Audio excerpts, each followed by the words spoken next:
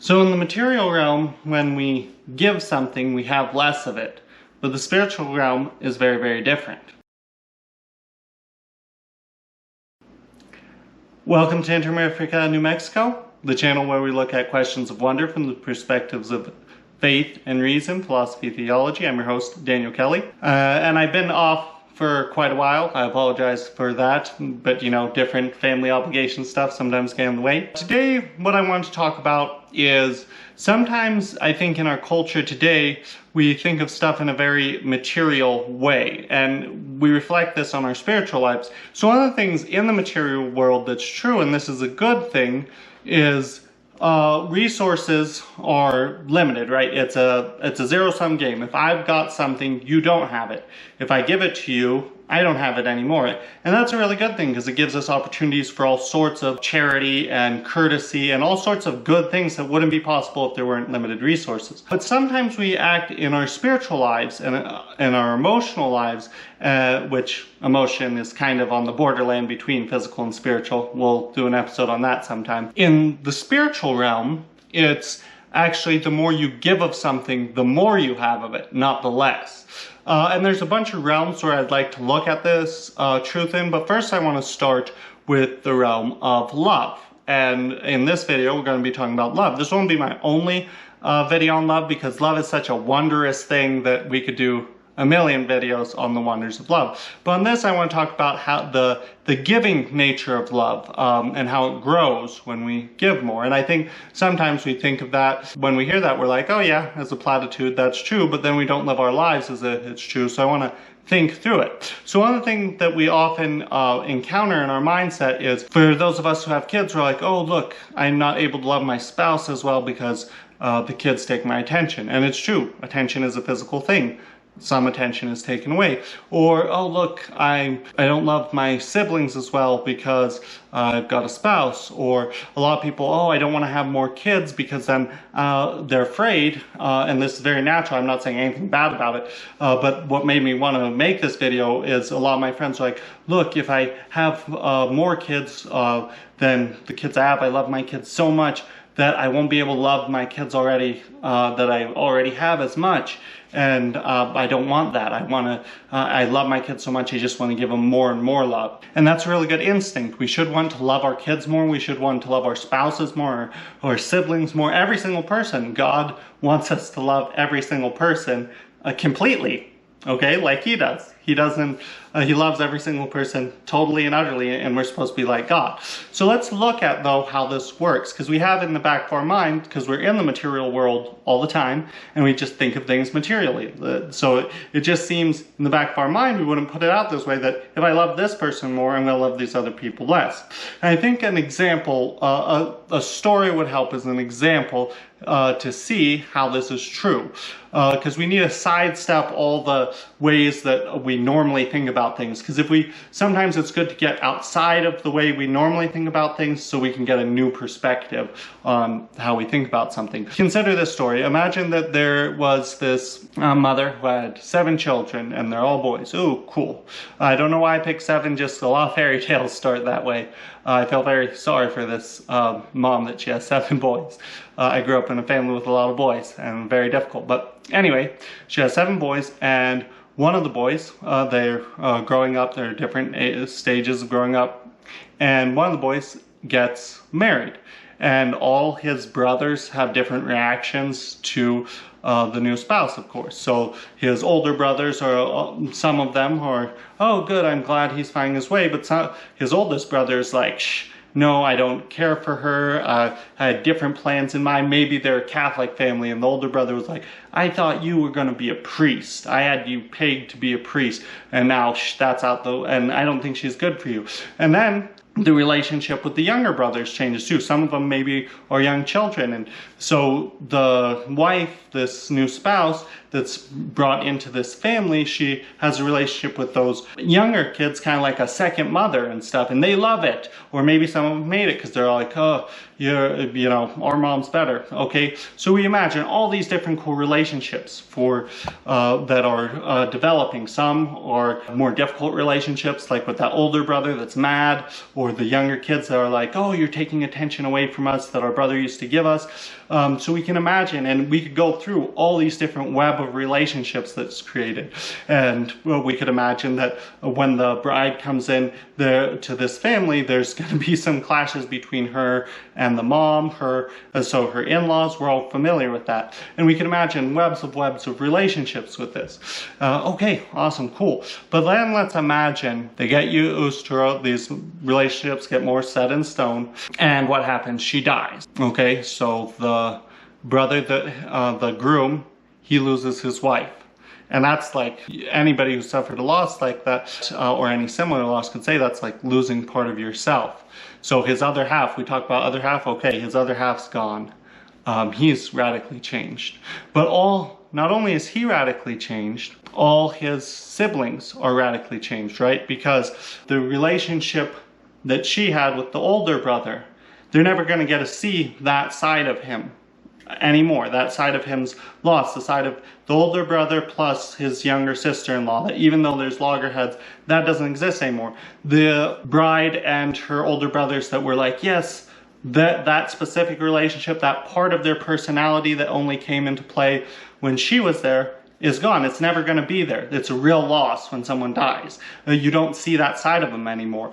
And so it is, we could think with all the relationships, go through the side that looked for these younger brothers, that looked up to her as like a second mom. That side of them that she brought out is gone. And not only that, not only in these two-way relationships, like the husband, he's lost his other half, his wife, but even as a whole, because relationships, anytime you're in a group, we've all experienced this, a part of you comes out in that particular group that doesn't exist anymore. So now the combination of the older brother, the groom, and the bride, that group of them three all together that brought out sides of them that nobody had ever seen before, that is gone forever as well. And the group, all the brothers with this bride, that is a different dynamic than any other group they've ever been part of. That's gone forever. And just imagine the mom too. She might have had loggerheads sometimes with the bride, might have gotten along well, but it's like one of her children was gone, and all the relationships, she sees all the relationships that her daughter-in-law had with all her sons are now, it's gone. And that side of them, you're never going to see it again. There might be parts of it you see again, but that specific part, this person's relationship with this person, or this person's relationship with all these people is gone. And I think that works. All of us who've lived long enough to experience great loss of somebody that we love have seen that. We can insert our own story into there. I have to use a general story because I don't know everybody watching this and everybody doesn't know me. But we can all say, oh yeah, when I lost that person, I didn't just lose that person. Like, let's say, when I lost my mom, I didn't just lose my mom. I lost her interaction with the parts that she brought out in my brothers and sisters, the part that she brought out in my spouse and my children and all that. Or when I lost my best friend, I didn't just lose my best friend. I also lost the part he brought out in my spouse and in my other friends and all that. I lost something that's irreplaceable that made us all greater. There's a part of us that we lose, and it's an exponential loss, right? So all those relationships. What does this mean? Turn it around. The reason I looked at the story this way is turn it around. The same thing happens, but in reverse, when we love somebody new. When we bring a new life into this world, if we're married, right? When we have more children, when our children get married, well, those kind of things. When we open our hearts to love, there is a physical part that is decreased, such as maybe attention, different things like that, an emotional aspect that we could talk about, that emotions half spiritual, half physical. So we could talk about there are those, but on the whole, and that's why these losses, these physical losses, is one of the reasons we don't want to open ourselves. But on the whole, when we open our hearts to love, it's an exponential increase. Every single person that we love, it increases the love that we experience and the love that we have for everybody else. So when if God blesses somebody with more kids, they don't love their kids less, they love their each one more. And I've definitely experienced this as a parent. When you have one kid and then another one, you're like, wow, I love this kid in more ways that I never realized I could till their sibling came along. There's a more complex, greater, richer love. And that's how love works. And it works not just for children or spouse or anything, it works also for the way God calls us to love everyone. We're called to love everyone, not because that's a hard commandment that God's giving us. Sometimes it's hard, but He wants us to be fully alive, and we're more fully alive the more that we love. We have more feelings. We're going to be sadder, of course, too, because we can feel more, and I've talked about that before in other videos. We're going to have more pain, and we're scared of that sometimes, but we'll be more alive. We'll be able to love more the more that we actually do love. And that's true for a lot of spiritual gifts. Right now we're focusing on love, but in other videos I want to look at other spiritual gifts that the more you give them, the more you exercise them. It's kind of like a muscle. The more you have of it, right? I can think of, there's two objections to this way of thinking about love and having more kids and having a bigger family, or just loving the person on the side of the street next to you. There's two objections that I could think of that would prove this not to be true. One, if that's true, then God is love itself. He's the most loving, but He's only 3 persons. He's not 50 billion persons. He's just 3 persons. And if you love more, the more love you bestow, the more persons there are to bestow it on. Why isn't God an infinity of persons, right? Why is He just 3?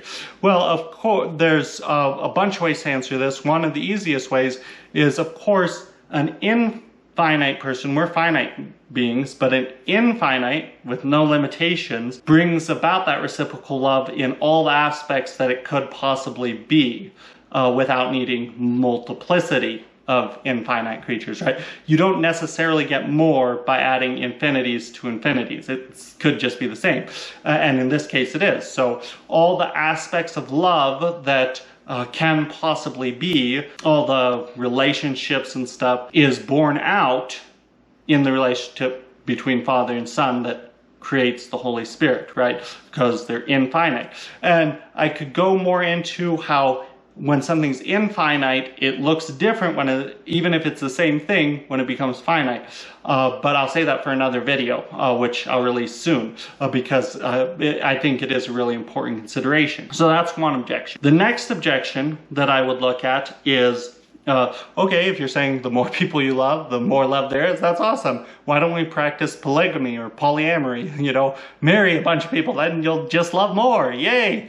But of course that's not true at all, because just because I'm supposed to love every single person and because I will be able to love more, the relationship we have towards each person is still supposed to be unique, right? So what is proper in my loving for somebody, in loving them completely, is different based on my relationship to them. The way I'm supposed to love my children is different than the way I'm supposed to love my brothers and sisters, or my mom and dad, or anything like that. And the kind of love that is married love is exclusive. And if it's not exclusive, it's not married love, right? So in these situations where there's a polyamorous relationship and stuff, they might really love each other, but they don't have married love, because married love is by its very nature exclusive.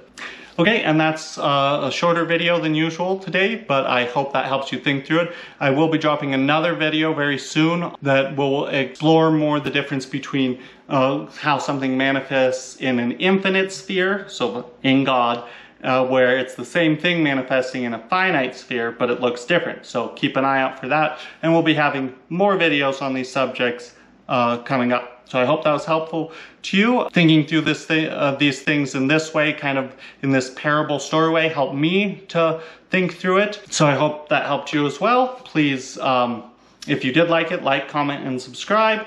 And you have a good day. God bless. Thank you for watching. I hope you enjoyed it. Please hit the like button and drop a comment down below. If you really liked it, consider subscribing and hitting the bell notification so you never miss a video. If you want to help me produce more great videos just like this, please support me on Locals. There's a link in the description, and that you'll get all sorts of good benefits for being a part of our Locals community, and you'll help me produce these great videos. Thank you so much.